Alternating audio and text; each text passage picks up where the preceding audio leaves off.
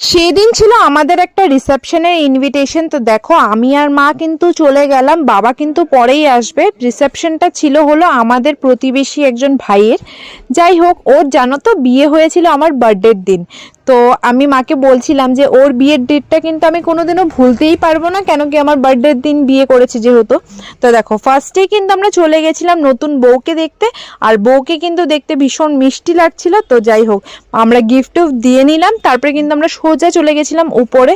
আর আজকে কিন্তু মানে বিয়ে বাড়িতে অনেকটাই রাশ ছিল, মানে যেহেতু আমরা ওই 10টা নাগাদ গেছিলাম, আমাদের ওই আগে যাওয়া হয়ই না খুব একটা, যেহেতু দোকান থেকে এসে যেতে হয়। তো দেখো আমি খুবই একটা সিম্পলের মানে কি বলবো একটা আউটফিট পরে জাস্ট চলে গেছিলাম। আমি জানি না কেন কোথাও যেতে গেলে আমার এত লেপ খাই আমি, মানে তখন মনে হয় যে কিছু সাজিই না, এমনি চলে যাই। খুব রেয়ার কিন্তু আমি মানে মনে হয় একটু সাজি। তো দেখো ফার্স্টেই কিন্তু আমরা চলে আসার পর আমাদেরকে দিয়ে দিল ডাল ভাজা, আর তারপরেই পাতে পড়লো হলো মুড়ি ঘন্ট।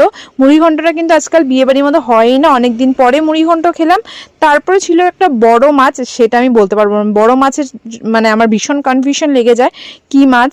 তো তারপরে ছিল হলো চিকেন আলু দিয়ে, বেশ ভালোই হয়েছিল। আর তারপরে ছিল চাটনি পাঁপড়, আর লাস্টে ছিল আইসক্রিম। কেমন লাগলো জানিও।